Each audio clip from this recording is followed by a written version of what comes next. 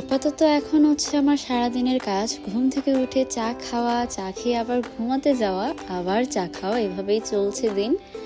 এই যে কি বিচ্ছিরি অবস্থা আমার। চা খাচ্ছিলাম বসে বসে, তখন একটু শরীর খারাপ ছিল, ঠান্ডা লেগেছিল। এই তো আমরা তারপরে সবাই মিলে দুপুরের খাবার খেলাম। আর সেই এত দিন পর আজকে হচ্ছে মা রান্না করেছে।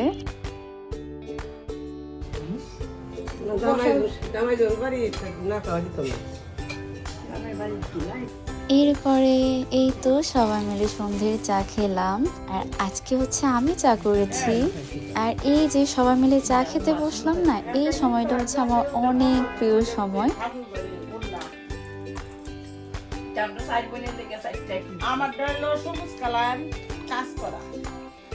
আর এই হলো আমার হাল, আমার তো অলওয়েজ ঘুম পায়। এই যে এই হচ্ছে আমার কাজ, আমি যখনই চা করি সবার কাছ থেকে কমপ্লিমেন্ট নিই।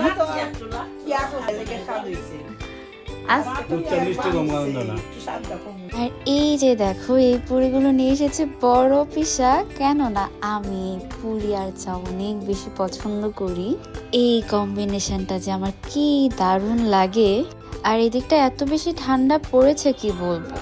এই ঠান্ডার মধ্যে নিজের ইচ্ছার বিরুদ্ধে যে জোর করে রেডি হয়ে বসে আছি। একটা বিয়ের ইনভিটেশন আছে, ওইখানে যেতে হবে। আমি আর বাবুই যাব। মার যাওয়ার কথা, মা আমাকে পাঠাচ্ছে জোর করে। বাবুও জোর করছিল আর কি। এই শীতের মধ্যে এত কষ্ট করে রেডি হয়েছি।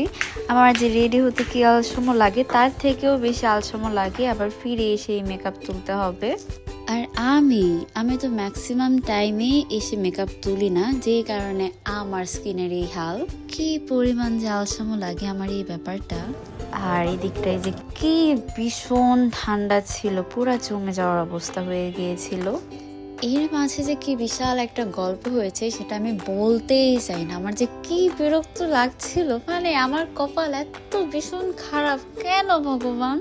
যদিও আমি এই ব্যাপারটা নিয়ে এসে সবার সঙ্গে অনেক হাসাহাসি করছিলাম, তবে আমি ফান হিসেবেই নিয়েছি। আর এই তো দিদা এখন চলে যাবে, এই কারণে রেডি হয়েছে।